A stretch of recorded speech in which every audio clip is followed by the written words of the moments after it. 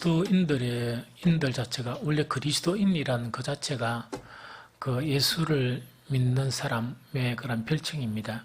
이 별칭인데 우리가 예수님을 믿는 그 사람의 별칭이 그리스도인만 있는 게 아니고 또 다른 여러 가지 그런 별칭을 가지고 있는데 그 중에 아주 중요한 한 가지가 뭐라고 부르느냐? 본향이 있는 나그네 이렇게 불러요. 그래서 나그네, 늘 헤매는 나그네가 아니고 분명하게 갈 곳이 있는, 분명하게 갈 곳 그 자체를 본향이라 이야기하고 우리가 이제 천국이라 이야기하거든요. 그래서 그리스도인들은 본향이 있는 그런 나그네, 이것을 이 그리스도인의 그런 별칭이라고 그래요. 우리가 본향을 가는 나그네한테 가장 중요한 것이 물론 여러 가지가 있죠. 여러 가지가 있는데 그 중요한 것 자체가 아주 중요한 한 가지가 이정표예요. 이정표. 그래서 이 이정표라는 것은 뭐냐니까 그리스도인은 본향이 있는 천국이고 반드시 그리스도인은 그 본향에 이 도달을 해야 돼요. 이 도달을 해야 되는데 본향에 도달하는 그 중에서 가장 중요한 게 이정표예요. 그래서 때로는 우리가 이제 신앙생활 하면서 조금 이렇게 막 정신을 이렇게 늘 차려야 되는데 정신을 안 차리다 보면 내가 지금 어디로 가고 있는가 그거를 생각 안 하고 단지 이제 우리가 막 바쁘게 교회 와서 예배드리고 또 봉사하고 또 이제 초청하고 또 뭡니까 이 수송하고 이러다 보면 때로는 또 그런다고 또 살아가는데도 바쁘죠. 이러다 보면 그 이정표를 보지 않고 가는 경향이 있어요. 제가 그 옛날에 기업체들을 하도 많이 다니다 보니까 한 번씩 어떤 습관을 가지는가 하니까 분명히 차를 타고 나왔어요. 나왔는데 서쪽 방향으로 가야 되는데 동쪽으로 가고 있는 거예요. 그래 어떤 때는 너무 멀리 안 가가지고 그래서 어디로 가는지를 몰라가 그렇게 어떤 한 곳에 이제 자주 가서 지도를 하고 강의를 했으면 막 바쁘게 나와가 정신을 딱 차려야 되는데 안 차리고 그걸로 가고 있는 거예요. 한 번씩 그 사모하고 드득하면서 어디 가자 이래가지고 갔는데 내가 다른 길을 가고 있는 거예요. 그러니까 너무 당황해가지고 그 사모는 뭐 여러분들 아내들이나 남편도 마찬가지겠지만 가장 편한 사람이고 가장 이 표현하기 쉽잖아요. 그러면 내가 민망하니까 갑자기 내가 사모한테 왜 말 안 했냐 이러거든요. 왜 말 안 했냐. 민망하니까 그러는 거예요. 아니 사람이 같이 가면서 말을 해줘야지 이러니까 말할 기회도 없이 막 혼자서 뭐 신나게 가니까 뭐 그래 갔다 어디 가는가 보다 그래서 이야기 안 했다 이래가지고 뭐 그래 뭐 그치는 수가 있어요. 그래서 그래 한 거는 뭐냐 가만 생각해 보니까 내가 정신이 멍하게 가는데 민망하니까 가장 편하니까 사모한테 나는 정신이 똑바른데 왜 정신을 안 차리고 그러느냐 이런 식으로 이래가지고 또 그 순간 모면하고 또 이렇게 뭐 바로 가고 안 그러면 둘러 가든지 막 이렇게 이제 하거든요. 그런데 이 세상에 가는 길은 그래도 괜찮아요. 되는데 우리 그 본향이 있는 나그네는 이정표 이게 매우 중요해요. 그래서 이제 순간순간 그 이정표를 확인해야 돼요. 그래서 그 바울도 뭐라고 하는 거니까 이 고린도 교회를 향해서 너희가 믿음 안에 있는가 너희 자신을 시험하고 확정하라. 즉 한 번만 체크하는 게 아니고 딱 체크해가지고 네가 체크한 그게 맞나 검증까지 해봐라 이야기요. 사실은 서로 왜 중요하니까 그래 하는 거예요. 아주 중요한 거는 대충 하기만 하면 되는 게 아니고 정말 맞나 다시 한번 검증을 해줘야 되는 거예요. 그래서 우리에게 그 이정표가 참 중요하고 이 이정표는 신앙생활 하면서 여러분들 곰곰이 정말 자기 자신에게 생각을 해봐야 돼요. 내가 누구이며 내가 지금 어디로 가고 있느냐 이것은 반드시 생각해야 되지 아차 하는 순간 이것을 잃어버리면 억수로 이 불행한 그런 사태가 일어난다 하는 그런 부분이죠. 그런데 오늘 본문 말씀하고 오늘 전하고자 하는 말씀은 이 나그네에게 이정표와 같은 그런 유의 말씀이에요. 그래서 여러분들 사랑 이렇게 하니까 그냥 이렇게 가볍게 생각하지 말고 이 오늘 말씀을 통해서 여러분들의 신앙을 이렇게 점검해 봐야 돼요. 내가 가고 있는 길이 정말 바른 길이고 또 내가 가지고 있는 신앙이 정말 이 하나님이 우리에게 그 구원을 허락한 그 신앙의 범주에 믿음에 많은 우리 조상들이 걸어갔던 그런 길이냐 이걸 생각해야 되지. 그걸 생각 안 해보면 이 세상에서 가장 불쌍한 사람이 돼요. 가장 불쌍한 사람은 뭡니까? 세상 사람들처럼 주일날 놀지도 못하고 막 이렇게 힘쓰고 애썼는데 길을 잃어버린 거예요. 길을 잃어버린 그런 경우도 있을 수 있다 하는 그 이야기죠. 그리스도인에게 그 사랑의 이유는 매우 중요해요. 즉 이것이 뭐냐? 내가 사랑 안에 있느냐? 이거에 대한 확인은 매우 중요하거든요. 그것은 내가 가지고 있는 믿음 자체가 확실한 믿음이냐 하는 것에 대한 이정표, 보증과 함께 되는 것이 그 사랑이에요. 그런데 성경에는 이걸 세 가지 나누기도 하고 두 가지만 나누기도 해요. 그래서 오늘은 믿음과 사랑에 대한 그런 부분이면 바울은 또 여기다가 한 가지 더 붙여요. 소망을 이야기하거든요. 그런데 왜 두 가지 표현으로 이렇게 할 수도 있느냐? 사랑이 정말 본질적인 하늘로부터 오는 사랑이 되면요. 그 사랑은 세상을 사랑하지 못해요. 이해됩니까? 그래서 세상을 사랑할 수 없으니까 그가 가지고 있는 소망은 오로지 하늘에 있는 소망을 향해서 나아가는 거예요. 그래서 믿음과 사랑과 이 소망을 통해서 길을 잊지 않고 계속적으로 우리 조상, 믿음의 조상들이 들어갔던 그 믿음의 길 있죠. 그런 길로 우리는 정말 우리가 죽을 때까지, 즉 이 땅에서 생을 마감할 때까지 그것을 지키면서 천국으로 이렇게 순항을 해가고 있는 거예요. 아주 중요한 그런 부분이에요.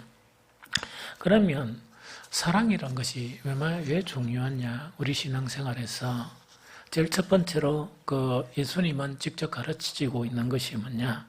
마태복음 22장 37절 40절 오늘은 그냥 제가 읽을게요. 여러분들 피곤하니까. 예수께서 이르시되 네 마음을 다하고 목숨을 다하고 뜻을 다하여 주 너희 하나님을 사랑하라 하셨으니 이것이 크고 첫째 되는 계명이요 둘째도 그와 같으니 내 이웃을 네 자신같이 사랑하라 하셨으니 이 두 계명이 온 율법과 선지자의 강령이라 하는 이 부분이거든요. 여기서 이제 강령이라는 거는 뭐냐? 이 이야기예요.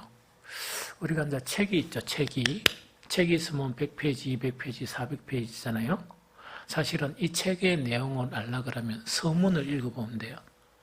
이 서문을 잘 읽어보면 이 책의 방향성과 이 책이 주는 것에 요약되어 있어요. 옛날에 제가 조금 젊었을 때는 책을 빨리 읽으려고 뭘 했느냐? 서문을 안 읽고 뭐부터 읽느냐니까 책 안에 빨리 한 권 떼려고 듣고 서문을 안 읽거든요. 그래서 요즘은 나이가 들어가니까 어떤 데는 뭐냐? 서문만 읽고 이 본 책 있죠? 그건 천천히 읽어요. 그런데 서문은 어떻게 읽느냐? 어떤 데는 두 번, 세 번 읽어요. 두 번, 세 번 서문을 딱 읽으면서 이 서문을 딱 가지고 있는 거예요. 그래서 어떤 데는 바쁘니까 요새는 막 그 책 안에도 너무 이야기가 많이 들어있어요. 그러다 보니까 이 바쁜 세상에 그러다 보니까 이 서문을 가지고 본문에 있는 내용들을 이렇게 확인을 하는 거예요. 이렇게 이 챕터를 딱 보면 딱 떠오르거든요. 그래서 이 양반이 뭐라고 이야기하냐 이래가지고 그것을 읽고 뭐 이러다 보면 그것만 가지고도 거의 이제 한 권에 해당되거든요. 여기서 예수님께서 이 두 계명이 온 율법과 선지자의 강령이라 하는 이 자체가 바로 그 책의 서문에 해당돼요. 즉 모든 방향과 모든 지침이 딱 포함된 그런 서문과 같은 그런 부분이다 이런 이야기예요. 그럼 이거는 뭐냐니까 우리가 사랑 있죠. 사랑. 즉 하나님을 사랑하는 것하고 이 사람을 사랑하는 것 있죠. 이것 자체는 바로 뭘 이야기하느냐. 하나님께서 율법이나 옛날 율법 혹은 말씀을 통해서 가르쳐준 그 강령과 같은 그 내용이 바로 사랑이다 하는 그 이야기입니다. 무슨 말 좀 알겠죠? 그래서 정말 이 그리스도인들 자체는 만약에 사랑이 없다 이라면 이 바울이 이야기한 것처럼 우리가 아무리 요란하고 이 난리법석을 지고 이래도 소리나는 꽹가리와 같은 그런 신앙, 텅 빈 신앙, 아무것도 이루지 못하는 그런 신앙밖에 되지 않는다 하는 그거예요. 그래서 그리스도인에게는 억수로 이 사랑이 매우 중요한 그런 부분이다 하는 그걸 이야기합니다. 또 하나는 이 사랑 자체는 무엇을 그리스도인의 그런 사랑이 있죠. 이거는 왜 중요한가 하니까 디모데전서 1장 5절 7절에 보면 이 교훈의 목적은 청결한 마음과 선한 양심과 거짓이 없는 믿음에서 나오는 사랑이거늘 사람들이 이에 벗어나 헛된 말에 빠져 율법의 선생이 되려 하나 자기가 말하는 것이나 자기가 확정하는 것도 깨닫지 못하는도다 이렇게 되어 있어요. 이 말씀이 있죠. 디모데전서 1장 5절 7절은 아주 이 의미 있는 그런 말씀이에요. 이게 뭐냐니까 이걸 이야기해요. 이 교훈의 이 목적, 정말 이 성경의 그런 모든 말씀의 그런 목적을 이야기한다 그러면 청결한 마음하고 선한 양심과 거짓이 없는 믿음에서 나오는 그런 사랑이어야 된다 하는 그 이야기예요. 그럼 이거는 뭐냐니까 정말 우리 신앙생활 하는데 정말 이정표와 같은 결국 우리를 온전함으로 이끌어가게 하는 그 부분이 사랑이에요, 사랑. 그걸 이야기하거든요. 그래서 이 사랑이란 그냥 이래 나타나는 것이 아니고 하나는 청결한 마음과 선한 양심과 거짓 없는 그런 믿음에서 비로소 뭐가 나오느냐? 사랑이란 게 나온다 하는 그 이야기예요. 사랑이란 우리가 보면 한 부분을 가지고 사랑이라 생각해요. 그게 뭐냐? 감정적인 요소. 그래서 감정적인 요소가 있으면 사랑이 아닌 것처럼 느껴지거든요. 그게 아니고 사랑 안에 감정적인 요소는 몇 프로밖에 없어요. 사랑 안에는 감정적인 요소보다 뭐가 많으냐? 의지적인 요소가 많아요. 그래서 사랑을 해보는 사람은 그걸 알아요. 그래서 뭐 달콤하고 감정적인 달콤함이 있죠. 이거는 사랑이라고 말은 그것을 곧 이거 이꼴은 사랑이다 이렇게 표현하기에는 너무나 이렇게 오해가 되기 쉬워요. 그런데 중요한 것은 그 사랑인데 사람들이 이에서 벗어나 헛된 말에 빠져 율법이 선생이 되려 하나 자기가 말하는 것이나 자기가 확정하는 것도 깨닫지 못하는도다. 이거는 뭔 말인가 이런 이야기예요. 어떤 사람들이 막 이렇게 주를 위해서 난 이렇게 삽니다. 열심히 일도 하고 딴 열심히 이렇게 겉면도 하고 이야기도 하고 막 이렇게 하는 거예요. 하는데 만약 그 안에 사랑이란 본질 자체가 빠지게 되면 어떤 것을 이야기하는가? 이게 빠져버리면 그가 하는 그런 모든 말은요 헛된 말밖에 안 된다는 그 이야기예요. 이 헛된 말밖에 안 되고 심지어 뭐냐? 자기가 막 말하고 막 이렇게 하는 것도 그것이 진정한 의미가 무엇인지 이것에 대한 깨달음도 없다 하는 그거를 이야기해요. 그래서 정말 이 그리스도인에게서 이 사랑이라는 것은 아주 우리에게 중요하고 이 나그네 길의 이정표와 같은 정말 우리를 궁극적으로 주님께로 인도하는 그 본질적인 요소가 이 사랑에 대한 부분이다. 믿음과 함께 이 사랑이 바로 그것을 이야기한다는 그것을 이야기합니다. 요한일서 4장 7절 전반절에 보면 어떻게 했나 이렇게 말씀하고 있습니다. 사랑하는 자들아 우리가 서로 사랑하자. 사랑은 하나님께 속한 것이니 사랑하는 자마다 하나님으로부터 났어 하는 이야기다. 그죠? 그럼 이거는 이제 뭐냐니까 우리가 이제 진짜 신앙이란 게 뭐냐니까 교회 나오는 행위하고 일단 본질적인 신앙하고는 차이가 나타나요. 이걸 구분하지 못하면 큰일 나요. 제가 가끔씩 지금 우리 한 달에 2번씩 우리 어르신들 이렇게 오시잖아요. 오시는데 저는 사실은 뭐냐니까 마음 자체가 이렇게 그냥 뭐라 해야 되냐, 치우치지도 않고 그분들을 이렇게 보려고 생각을 해요. 그게 이제 무슨 말씀인가 하니까, 사실은 우리 교인들이 있고 초청된 그런 분들이 있잖아요. 분들이 있으면 저는 목사잖아요. 목사인데 저는 이것을 분간하지 않으려고 그래요. 이거는 뭐냐니까, 이미 초청된 이 어르신들 그 안에 이미 믿음이 삭트고 있는 사람도 있고, 또한 정말 이렇게 작은 이런 복잡한 그런 부분이 있기 때문에 이것 자체를 이렇게 이분은 초청돼서 이래 한 달에 2번 오시는 분들이고, 또 우리 교인들은 이렇고, 저는 그렇게 분별을 잘 하지 않아요. 이 분별을 안 하거든요. 안 하면서 이분들이 가만히 이렇게 보면, 물론 이 초청되어서 설교를 하는데 조시는 분들도 있어요. 있는데 억수로 초연하게 이렇게 가만히 앉아가 이 설교를 듣는 분들이 있는데, 저는 어떤 착각을 일으키는가 하니까, 너무나 초연하게 설교를 듣다 보니까 여기 온 분들이 불교 다니는 분들도 있거든요. 그러다 보니까 자기는 자기들이 어떤 결론을 내리느냐, 처음에는 차이에서 상당히 많이 왔죠. 오늘은 차이에서 1명도 안 왔어요. 안 왔는데 왜 안 왔느냐? 혼란이 일어난 거예요. 어떤 혼란이 일어났냐? 음식도 너무 맛있고 예배도 좋고 여러 가지가 좋은데, 가만히 한순간 생각하다 보니까 어떤 혼란이 일어났냐? 자기들은 불교 신자라는 이야기예요. 이해되죠? 그래, 정신을 차려보니까 불교 신자고, 또 가만히 보니까 뭐냐니까, 뭔가 빠져들어갈 것 같은 위기 있죠. 이런 위기감을 느끼다 보니까 자기들이 결의해가지고 뭘 결의를 하느냐, 이렇다가 우리가 당하겠다, 이러다가 당할 수도 있다, 이래가지고 자기들이 또 결의를 해가지고 사모하고 통하면서 너무 음식도 너무 맛있고 미안하기도 하고 또 너무 좋기도 한데, 자기들은 뭐란 말입니까? 자기의 종교를 가지고 있다는 그런 부분이거든요. 그래서 이제 그런 결의도 있고, 사실은 오늘도 LG에서 오셨죠? LG는 이미 그런 결의를 하신 분들이에요. 이래 저건 그런 게 소동이 있었고 이러다가 다시 오시고 이러거든요. 그래서 우리에게 있어서 참으로 뭔가니까, 여기 오신 분들 있죠? 이 분들 속에 뭔가 이 복음이 들어가면서 전쟁이 지금 일어나는 거예요.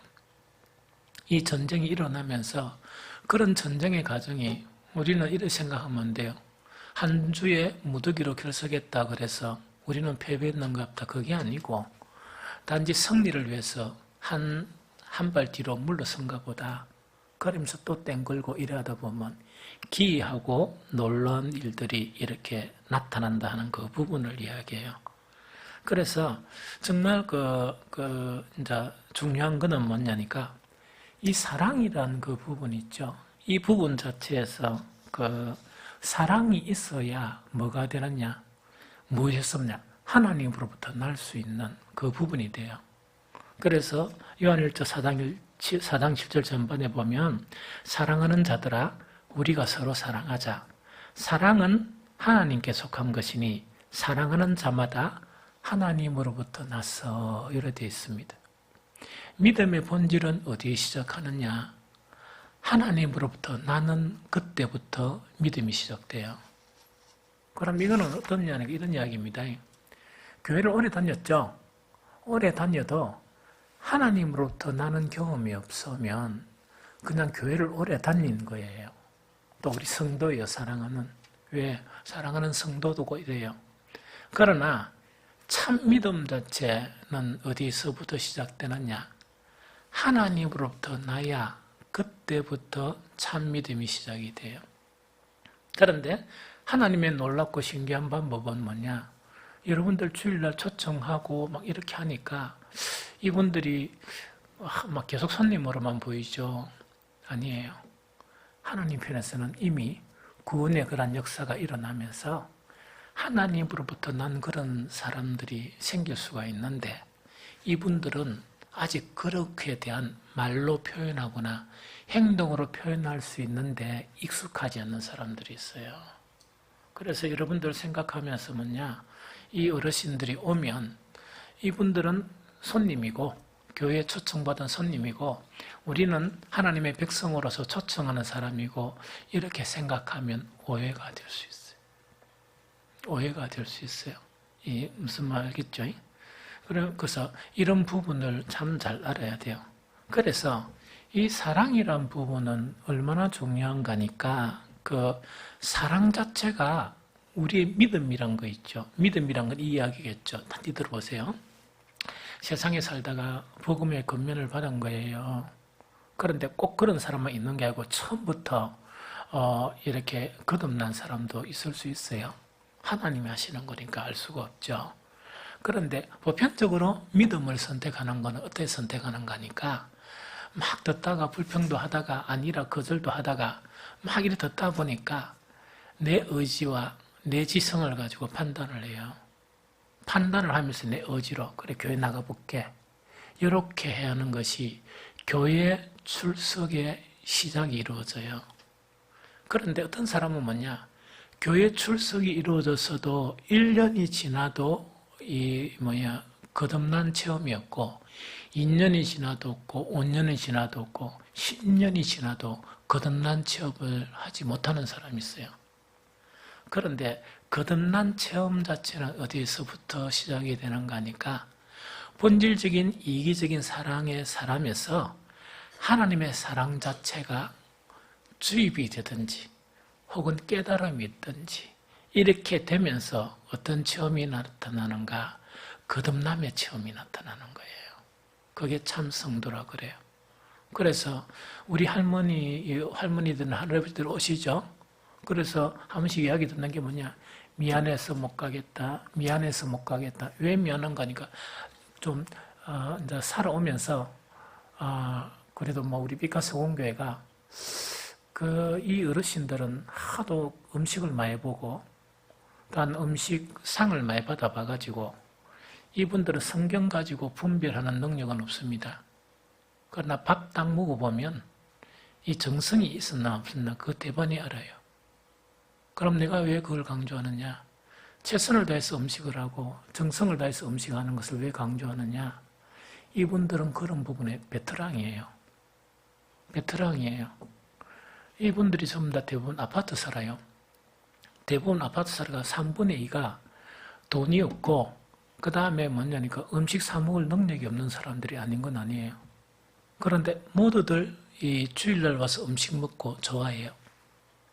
모두 좋아하는데 뭐냐니까 음식점에서 사 먹는 음식하고 여기 와서 그냥 그릇도 이상하고 어떤 데는 뭡니까? 종이 그릇에 밥 퍼주고 막 이렇게 하더라도 그것을 먹어보니까 이렇게 이 느낌이 아주 좋은가 봐요. 그래서 한 번은 또 보니까 내가 밥 먹는데 그때 자회에서 오는 거 이분들이 뭐냐니까 사모가 옆에 앉으니까 꼬치꼬치 묻는 거예요. 요건 어떻게 하고 요건 어떻게 하고 이런 거 있죠. 그렇게 음식을 한두 번 해본 분들이겠어요? 그러니까 음식에 대한 퀄리티라는 것은 재료가 너무 좋다 그런 게 아니고 음식을 얼마나 사랑과 정성으로 이 음식을 준비했나 그거 아는 거예요. 그람들이 이분들이 미안하다 하는 그런 이유나 오늘도 보니까 제가 그 광고 시간에 이야기하려고 하다가 말았거든요. 어쨌든 간에 LG 대표, LG 일동 해가 하는 거 있죠. 이게 뭐냐니까, 사실은 이럴 거예요. 아마 자기 생일이 되고 어떤 일이 있으면 자식들이요, 비싼 음식점에 모시고 가가 식사 대접은 받았을 거예요. 그런데 교회 떠고 보니까 그릇도 엉망이고 식탁은 괜찮죠? 그런데도 음식을 딱 먹어보니까 뭔가 이렇게 이 대우받지 못한 이때까지 대우를 별로 받지 못한 그런 정성을 먹는 듯이 억수로 기분 좋게 먹는 거예요. 그분들이 음식이 사물 데가 없고 하는 그런 분들은 아니거든요. 그래서 정말 이제 그것을 느끼는 그런 분들인 것 같아요. 그런데 이제 음식만이 아니고 예배를 통해서 하나님의 놀랍고 신기한 방법으로 이제 그분들의 마음의 변화가 일어나는 것은 거듭남의 조짐이 일어난다, 이렇게 우리는 생각해요. 기독교인들은. 그런데 그것 자체가 뭐냐? 하나님의 사랑을 깨닫게 되면 본질적인 거듭남에 이를 수가 있어요. 무슨 말이겠습니까? 그런데 만약에 여기에 우리 오신 분들이 있죠? 오신 분들이 완벽한 세상 사람들 같으면 이걸 따질 거예요. 접시가 이거 무엇이냐? 재료가 보니까 오늘은 뭐였죠? 그 돼지고기하고 그 다음에 뭐 있죠? 자, 어떤 간에 막 그런 거를 따지고 이럴 거예요. 그런데 저는 초청받은 이분들이 참 가능성 있다고 보는 게 뭐냐? 그런 게 아니고 재료가 무엇이고 뭐 얼마나 비싼 재료를 썼고 하는 그게 아니고 우리가 준비한 그런 음식에 대한 그런 정성 자체를 가지고, 물론 음식도 맛있죠, 우리 교회가. 그런 거를 보면서 느끼기를 시작하면서 무엇을 느끼느냐? 그리스도의 사랑, 하나님의 사랑을 느껴가기 시작한다는 거예요. 그래서 여러분들이 초청할 때도 최선을 다해서 초청하고, 다시금 이야기할게요. 허접하게 하려고 그러면 음식하지 마세요. 최선을 다해서 하세요. 내가 늘 강조하지만 허접하게 눈가림식으로 식사 준비하려고 그러면 하지 마세요. 하지 말고 정말 고민하면서 정성을 쏟고 사랑을 쏟고 이렇게 해야 그분들이 하나님의 사랑에 녹아가고 또 하나님이 일하심, 즉 예배를 통해서 거듭나게 하는데 아주 효과가 있는 그런 일이 일어난다는 그 이야기죠. 그래서 요한일서 4장 7절 전반에는 무엇을 이야기하는가 하니까 사랑하고 거듭남 있죠. 이거하고는 뗄 수 없는 관계성이 있다는 그거 지금 설명하는 거예요. 여러분들 다른 교회 목사님들이 막 이래 한 번씩 이야기하는데 그렇게 목사들끼리 이야기하다 보니까 성도들은 뭐 이야기 못 듣죠. 그래서 목사님들이 이야기하는데 가장 화나서 이야기하는 게 뭐냐? 자관 그런데 이 교훈도 되니까 듣는 것도 괜찮겠다 싶으네요. 막 화가 나서 이야기하는 거예요. 속이 상해가지고 장로가 어떻고 건사가 어떻고 안수십 딱 하면서 막 화가 나면 제일 마지막에 하는 이야기가 있어요. 그것도 만난 것 같아.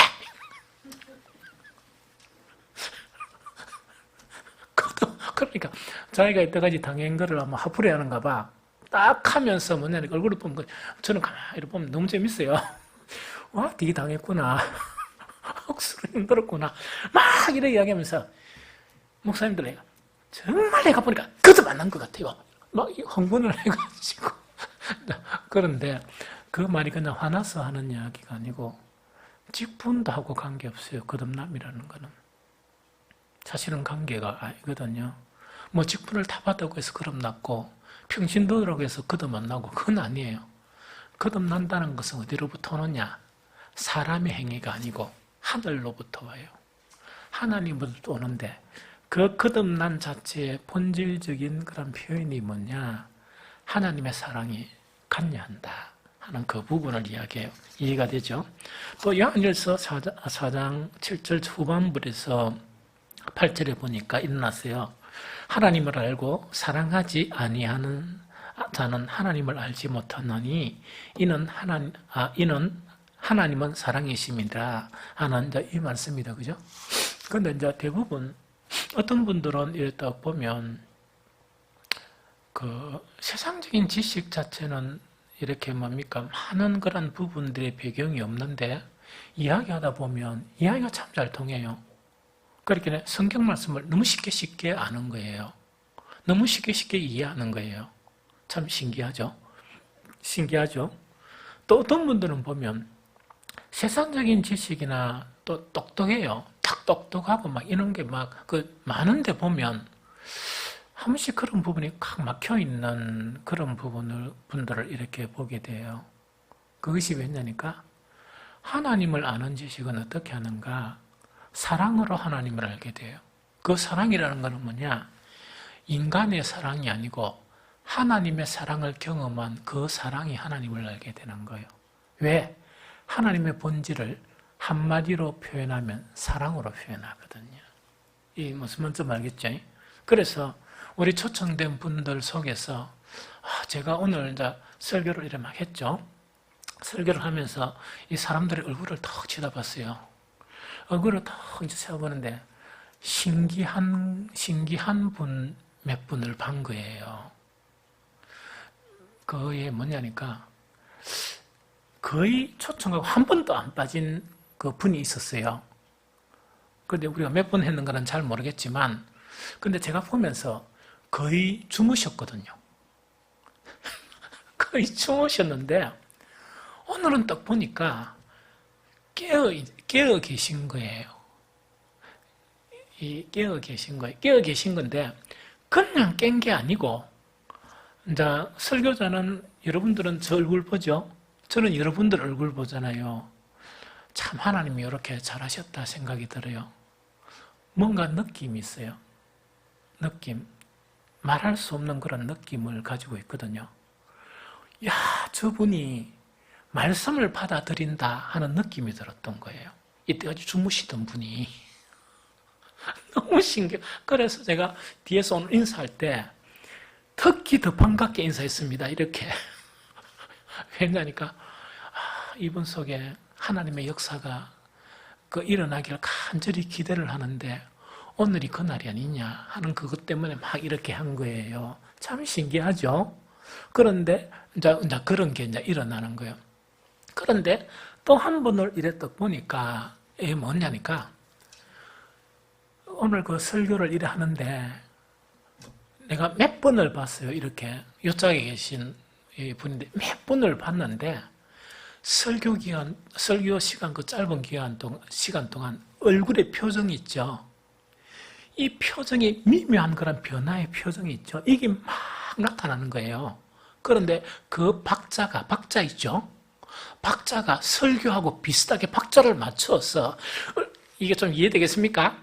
얼굴이 기묘하게 이렇게 나타나는데 제가 그분 얼굴 본다고 우리 성도들 얼굴 안 봤어요. 왜 안 봤느냐? 설교를 하는데 주무시고 계신다고 그러면 제가 얼마나 절망이 되겠습니까? 그렇게 이거는 뭘 하는 이야기인가 하니까 우리가 내가 최대한도로 여러분들 이렇게 해가지고 정성을 다해야 되고 이런 거 있죠? 이런 거 자체가 이제 필요한 게 뭐냐? 사랑 자체가 뭐를 일으키느냐? 그들의 굳은 마음을 이렇게 녹여줘요. 그래서 우리 마음 자체가 사랑이 없으면 단단한 마음, 에스겔서에서 나타난 그런 마음이 돼요. 성령께서 하시는 게 뭐냐? 마음을 부드럽게 해주세요. 이게 무슨 말이겠습니까? 그래서 우리의 그런 모든 행위 있죠. 가서 안마해주고 이런 거 있죠. 그래서 제가 요즘 지금 생각을 하고 있습니다. 어떤 생각인가 하니까 일주일에 수요일 날 가는데 지금 한 10개로 다니거든요. 다른 교회는 한 20곳 다닌다는 거예요. 20곳에 다니는데 제가 질을 좀 높여야 되겠다 이래 생각해가지고 제가 저번에 그 세미나 할 때 같이 그때 이야기했는가는 잘 모르겠지만 우리 식구들한테 이야기했는가 모르겠지만 두 분류로 나눠야 되겠다. 그래서 우선은 5군데만 하루에 다녀야 되겠다 하는 그런 생각을 해요. 내 사모한테는 그렇게 이야기했거든요. 그래서 5군데 중에 한 군데가 뭐냐? 내가 가는 거예요. 이해되죠? 그래서 어쨌든 간에 저하고 사모하고 우리 해수권사나 이래가 이 5군데를 가야 되겠다. 그럼 나머지 2군데는 우리 너무나 잘 아시는 우리 백근사님하고 김명숙 근사님이 조장이 되어서 야, 얼굴이 안 변한다 그죠? 그런 게 아니고 우리 최장로께서 안 바쁘면 딱 그날 하루 정해가지고 그 팀을 해가지고 사전에 우리가 토의를 좀 이래 많이 하면서 실습도 하면서 5군데를 가야 되겠다 하는 그 생각하는 거예요. 왜냐니까 10군데를 하다 보니까 사모가 이야기를 하는데 뭐냐? 뭔가를 해주지도 못하고 너무 바쁘게 노는데요. 안 돼요. 그 방문회가 하는 것은 뭐냐니까 설교는 설교자가 이래야죠. 설교를 돕는 가장 귀중한 일을 하는 거예요. 뭐냐? 사랑으로 그들의 마음을 녹이는 거예요. 한 번도 받아보지 못한 사랑, 자식들에게도 받아보지 못한 그 사랑으로 그들을 녹이는 거예요. 좀 이해가 되죠? 그래서 행복학교예요. 성공 요건은 무엇이냐? 사랑으로 그들의 마음을 녹여야 돼요. 어떤 사랑? 아가페의 사랑으로. 이해가 되죠? 그래서 단지 행복학교 초청하는 그 기계적이고 그런 습관적이고 간섭적인 것으로 접근하면 오래 못 가요. 오래 못 가요. 그래서 이때까지 한 것을 내가 계속 지켜보기만 해가 언젠가는 간다 하고 계속 다짐만 이래 하고 있는 거예요. 하고 있는데 그 작은 한 가을 정도가 되면 8월달 지나면 저도 이제 낯설라 그래요. 그래서 제가 사실은 사근사근하고 그렇게 안 되거든요. 그 최장로하고 내하고 있으면 같은 형제지만 나가 사실 좀 무뚝뚝해요. 근데 한 번씩은 이 최장로가 엄만 타는 거 보면 내보다 효자가 아닌데 또 효자처럼 해요. 그 사실은 전 좀 무뚝뚝해요. 그런데 이걸 조금 기도하면서 개발을 해가지고 정말 그분들의 제가 좀 정했어요. 사모하고 내가 소금 그거 해주면 그분들의 발 마사지나 이거는 이제 목사가 다 발 주물러주고 마사지를 해주리라. 사모는 그래도 할머니라도 여성이니까 어깨나 막 이래 나머지 부분을 주물러 드리라. 이렇게 이제 작정을 한 거예요. 그러면서 내가 사모한테 이야기한 거는 최장로는 참 잘할 것이다. 왜? 보면 내보다 엄마한테 마음은 별론 같은데 보면 영판 내보다 훨씬 잘하는 것처럼 그래버려요. 그래서 할머니들 잘할 것이다. 그래서 우리 권사님 두 분 이렇게 하면 참 효과적으로 질적으로 이렇게 사랑을 이끌 수 있을 것이다 하는 생각이 들어요. 그래서 그게 이제 뭐냐니까 이 이제 사랑 자체는 하나는 거듭나게 하는 사랑과 거듭나게 하는 것과 연결되어 있고 또 하나는 뭐냐 그 사랑 자체가 하나님에 대한 지식을 아는 것으로 연결되어 있어요. 너무 대단하죠. 너무 대단하죠. 그래서 뭐냐니까 행복학교에 그렇게 사랑을 베풀고 그리고 제가 음식 준비할 때도 계속 철저히 준비하라 그러고 막 이런 거 있다 그죠? 정성을 다하라 그러고 이런 것 자체가 그런 이유예요. 우리는 그렇게 안 먹지만 목사도 뭐냐니까 주일날 이렇게 식사 대접하는 것처럼 사모한테 그렇게 밥을 차려주고 이러는 못해요. 왜? 사모 되게 바빠요. 저는 그걸 이해해요. 오히려 어떤 때는 사모가 피곤하면 제가 차리거든요. 내가 아는 요리 한 몇 가지 있죠. 이걸 가지고 차리거든요. 우리 설교 중에 조금 가지만은 우리 명희 집사님께서 왔습니다. 박수부터 한번 치줍시다. 전부 다 한번 안아주세요. 너무 장한 일 했다고. 다 한번 안아주시고 그러세요. 그러고 일단 오늘은 그것만 합시다. 하는데 아주 중요한 역할을 하고 또 하나는 뭔가니까 하나님에 대한 지식이 있죠. 이것에 이르는데 놀라운 일을 해요. 이해가 되죠? 자, 그게 이제 사랑이에요. 또 한 가지는 이제 뭐냐니까 요한일서 3장 14절 15절에 보면 우리는 형제를 사랑함으로 사망에서 옮겨 생명으로 들어가는 줄을 알거니와 사랑하지 아니하는 자는 사망에 머물러 있느니라. 그 형제를 미워하는 자마다 살인하는 자니 살인하는 자마다 영생이 그 속에 거하지 아니하는 것을 너희가 아는 바라. 자, 요거 좀 어려운 이야기지만 좀 쉽게 설명할게요. 보통 선교단체에서나 어떤 목사님들이 구원의 확신을 가지세요. 구원의 확신을 가지세요. 이렇게 이야기하잖아요. 그런데 구원의 확실은 어떤 체계적으로나 논리적으로 증명되는 확신은 아니에요. 그렇게 가르친다 그러면 그분은 잘못 가르치는 거예요. 구원의 확신은 어디에 생기느냐? 자기 속에서 생겨요. 너무 중요해요. 나는 지금 죽어도 나는 천국에 반드시 간다는 것은 어디에 생기느냐? 내 속에서 형성돼요. 지금 그거 이야기하는 거예요. 그러면서 이 사도 요한은 무엇을 이야기하는가? 사람이 본질적인 사랑, 신의 사랑 자체를 갖게 되면 무엇을 인식하게 되는가? 나는 이미 사망과 같은 이 세상에 살아도 내 영 자체는 나는 이미 사망에서 무엇으로 옮겨졌다? 생명으로 옮겨졌다 하는 것을 알게 한다는 이야기예요. 그게 무엇이 알게 하나? 그 사랑 자체를 통해서 알게 한다. 그 이야기예요. 아주 대단하죠. 이 대단하죠. 그래서 우리는 형제를 사랑함으로 사망에서 옮겨 생명에 들어간 줄을 이미 안다는 이야기예요. 이해가 되죠? 알거니와 사랑하지 아니하는 자는 어디에 머물러 있다? 사망에 아직 머물러 있다 보니까 뭐가 필요합니까? 인간적으로 구원의 확신이 필요한 거예요. 막 체계적이고 논리적인 것을 통해서 확신하는 그런 과정이 필요한 거예요. 사실은 성경에는 그렇게 이야기하는 게 아니고 내 안에서 그 증거가 나타난다. 무엇 때문에? 인간적인 이기적인 사랑을 버리고 하나님을 사랑하는 사랑의 입문만 하면 점차적으로 그것이 강화되어진다 하는 그 이야기합니다. 이거 무슨 말 좀 이해가 되죠? 그래서 정말 내가 구원받았고 나는 이미 사망에서 옮겨서 생명으로 옮겨진 상태다 하는 것 자체가 무엇을 통해서 그것이 알아지나? 내 내면에 있는 아가페 있죠. 이것 자체가 우리를 가르친다 하는 그거를 이야기합니다. 그래서 사랑이란 것 자체는 구원과 천국의 이정표와 같은 아주 중요한 그런 부분이에요. 그래서 여러분들이 내가 참 믿음 가운데 있냐 없냐는 무엇을 확인해야 한다? 내 속에 그런 사랑이 있냐 없냐 하는 그것을 확인하는 것이 너무나 중요하다 하는 것이 바로 이제 그 사랑에 대한 그런 중요성입니다. 요거 이제 한 가지 더 이야기하고 이제 좀 마쳤으면 조금만 더 말씀을 나누고 마쳤으면 좋겠어요. 이 바울이요, 이 말세가 가까우면 가까울수록 어떤 현상이 나타나느냐?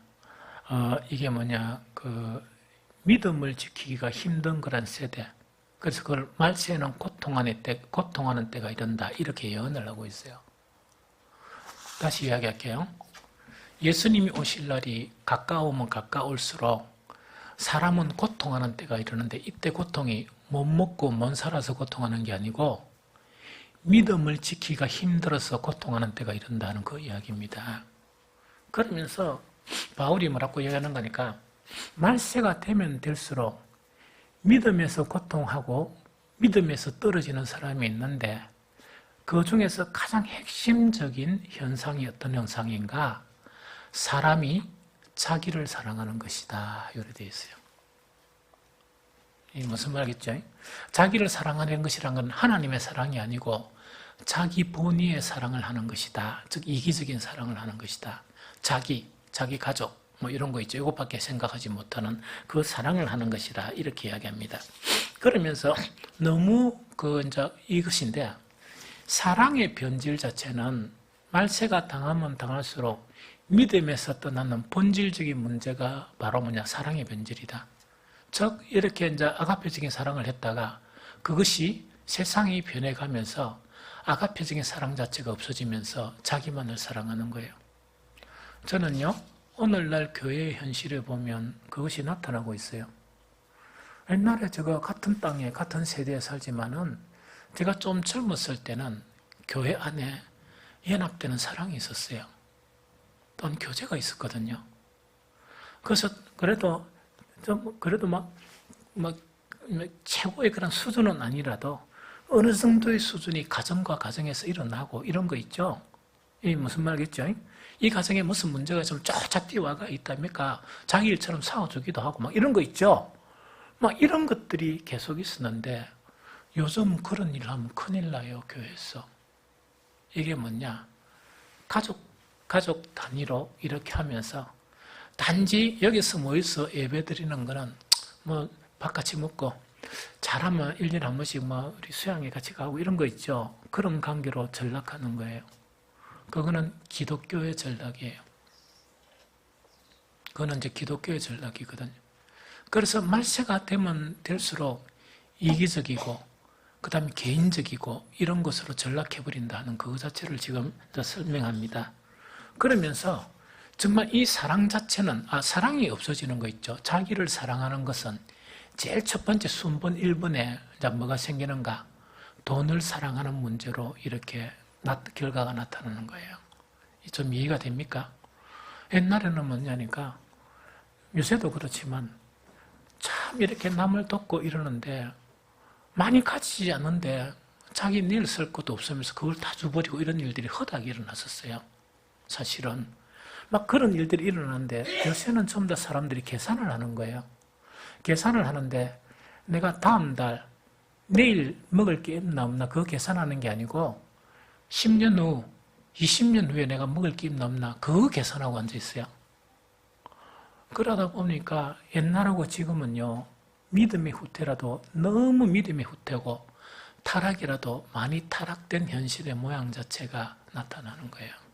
왜냐니까 주님보다 돈이 나를 더 행복하게 해줄 수 있는 요건으로 생각하다 보니까 그렇게 하는 거예요.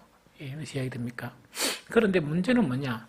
사랑이다 보니까 자기를 사랑하다 보니까 딱 보니까 돈을 사랑하게 되는데 이 돈을 사랑하는 것은 일만하게 뿌리가 되어서 모든 악 자체가 그 속에 다 들어오는 거예요. 그게 디모데후서 3장에서 이야기하는 거예요. 사람들이 자기를 사랑하며 하면서 자기를 사랑하는 결정적인 부분이 돈을 사랑해요. 돈을 사랑하고 그 다음에 그때 일만하게 뿌리라는 것은 자랑, 교만, 비방, 부모 고역, 감사가 없음, 거룩하지 아니하고 무정하고 원통함 풀지 않고 모함하고 절제하지 못하고 사납고 선한 것을 좋아하지 않고 배신 때리고 자만하고 쾌락 사랑하고 하는 거 있죠. 그게 모든 것이 일만 악인데 그 일만악의 뿌리로 전락되는 것이 바로 뭐냐? 이 사랑에 대한 문제를 누가 예언했느냐? 바울은 앞으로 세대가 주님이 오실 날이 가까우면 가까울수록 사랑의 변질이 일어난다. 이렇게 예언을 한 거예요. 그런데 오늘날 뭐냐? 물론 사람들이 적어지고 영성이 떨어지고 하는 그런 부분도 많아요. 많은데 가장 근본적인 원인이 뭐냐? 사랑의 변질. 이 바울이 예언한 대로 자기 사랑하는 사랑으로 빠져버린 이 자체가 문제가 되었다는 그거를 이야기해요. 그러면 그 형제 사랑은 왜 그러냐? 이거는 이야기 안 해도 잘 알죠? 하나님에 대한 사랑의 증거가 형제 사랑이에요. 그럼 이거는 뭐냐? 아무리 하나님을 뜨겁게 사랑한다 이래도 그 지체, 예수 형제란 거는 예수 그리스도의 피로 맺어진 그 형제를 사랑하지 못하면 이거는 뭐냐? 하나님에 대한 사랑을 아무리 항변하고 또 아무런 것을 가지고 조장하더라도 그것은 증명될 수가 없습니다. 이것 자체가 이야기하거든요. 이제 마지막 한 가지만 딱 하고 이제 마칠게요. 그러면 정말 오늘 요지 자체가 뭐냐? 보이지 않는 하나님을 사랑하는 것도 아주 중요하지만 하나님 사랑하는 증거가 뭐냐? 형제 사랑하는 거예요. 우리 서로 사랑하는 거예요. 이 형제를 사랑하는 것인데 어떻게 사랑해야 되느냐? 그거 두 가지만 성경 읽어드리고 마치려고 합니다. 베드로전서 1장 22절 너희가 진리를 순종함으로 너희 영혼을 깨끗하게 하여 거짓 없이 형제를 사랑하게 이르렀으니 마음으로 뜨겁게 서로 사랑하라. 앞에 전제 조건이 없이 뜨겁게 사랑하면 한두 번은 뜨겁게 사랑하다가 또 안 해요, 사실은.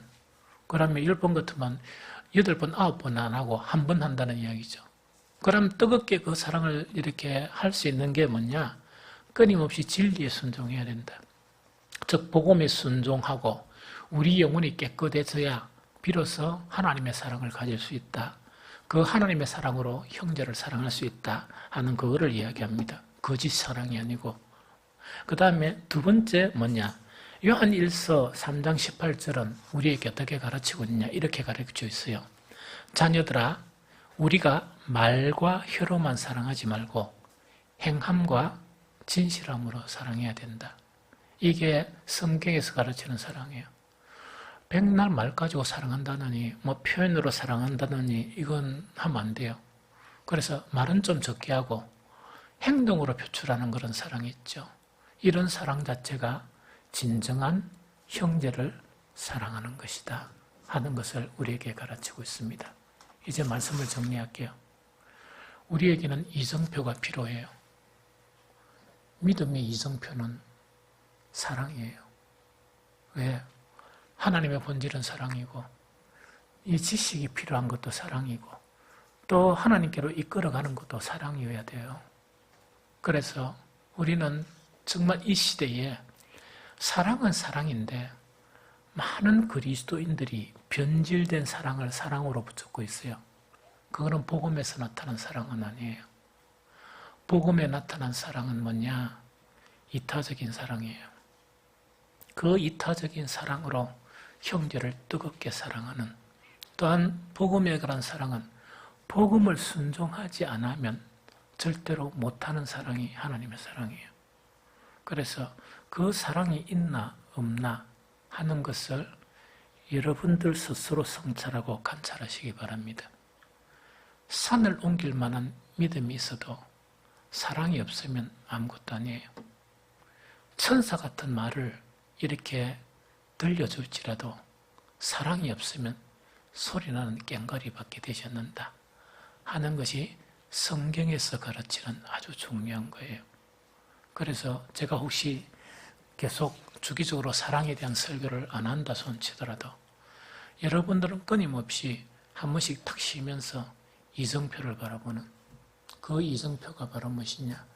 내 속에 사랑으로 이끌려 나는 가고 있는지 없는지 그것을 살피는 저와 여러분들이 되므로 늘 하나님과 동행하고 늘 하나님의 구원 자체가 우리 속에서 풍성해지는 그런 것들을 체험하는 여러분들이 되시기를 예수 그리스도 이름으로 축복합니다.